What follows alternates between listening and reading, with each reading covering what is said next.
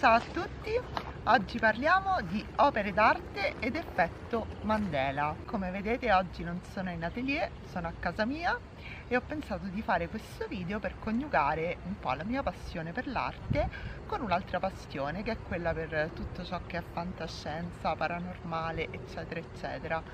E può sembrare strano, però in realtà credo che questi campi siano dei tentativi delle persone di andare oltre la propria immaginazione e quindi come potrebbe non interessarmi. Cos'è l'effetto Mandela? Nel 2013 Nelson Mandela, attivista politico e presidente del Sudafrica, muore. Molte persone a quel punto rimangono stupefatte perché ricordano che Mandela fosse morto in realtà durante gli anni della sua prigionia. Onestamente anche io ricordavo così. Quindi si inizia a parlare di falsi ricordi collettivi. Alcuni spiegano questo fenomeno con l'esistenza di universi paralleli che ogni tanto si incontrano. Ma l'anno della morte di Nelson Mandela non è l'unico falso ricordo collettivo a testimonianza di questo effetto. Ci sono un'infinità di esempi, da frasi nei film, dall'aspetto di personaggi dei cartoni animati, dai loghi famosi. Insomma, alcune persone si ricordano tutte la stessa versione che però è sbagliata. Alcuni esempi importanti dell'effetto Mandela sono delle opere d'arte e quindi come non parlarne? Iniziamo con l'uomo di Vitruvio, che è il disegno di Leonardo, che tutti conoscono, famosissimo, di questo uomo anatomicamente perfetto iscritto in un cerchio. Così, così. Allora, intanto lo ricordiamo perfettamente simmetrico e invece se lo guardiamo così simmetrico non appare. E poi molti lo ricordano con 6 braccia e 6 gambe, quando invece ne ha 4. Un altro esempio nell'arte dell'effetto Mandela è il pensatore di Rodin, che non avrebbe solo una versione alternativa, ma ne avrebbe ben due. Il pensatore è una scultura, appunto, del famoso scultore Auguste Rodin e molti lo ricordano nella posa con il pugno sulla testa, intento a pensare, a riflettere, quando in realtà la scultura tiene la mano sotto al mento, ma la mano è aperta, mentre molti lo ricordano poggiato sul pugno.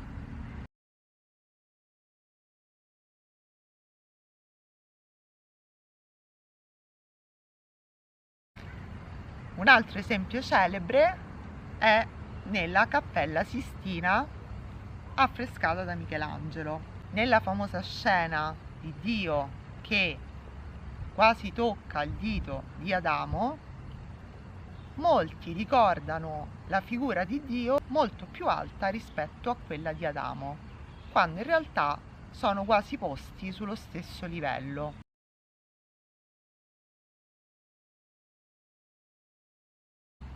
Parliamo invece ora di un quadro che non esiste. Molti giurano di ricordare un ritratto di Enrico VIII, re d'Inghilterra, vestito con i suoi abiti regali, sì, c'è un gatto che passa qui sotto, vestito con i suoi abiti regali, che tiene in mano un cosciotto di tacchino. Sono così tante persone a ricordare quest'iconografia che queste immagini hanno notevolmente influenzato la cultura pop. Infatti è presente in fumetti, cartoni animati, pubblicità, eccetera, eccetera. Ma in realtà questo quadro non esiste. Come non parlare della Gioconda e del suo enigmatico sorriso, che oggi è diventato un vero e proprio sorriso. Infatti c'è chi giura che la Gioconda fino a qualche tempo fa non avesse quel sorriso abbastanza marcato sulle labbra, ma più una smorfia. Alcuni ritengono che questo non sia un esempio di effetto Mandela, ma sia dovuto al fatto che magari quello che è esposto è una copia. Parliamo ora di un altro celebre dipinto che è American Gothic, in cui sono raffigurati, la maggior parte delle persone direbbero una coppia di contadini, quando in realtà si tratta di un contadino e di sua figlia, ma molti giurano che la donna avesse dei capelli grigi raccolti e un viso molto più avanti con l'età. L'ultimo è il celebre urlo di Munch, anche se qui in realtà non si può veramente parlare di effetto Mandela. Allora, diciamo che molti ricordano questo quadro diverso, con la figura dell'uomo che urla, più piccola, più grande, sfondo più tendente al rosso, più tendente al giallo, due figure che si allontanano, eccetera, eccetera.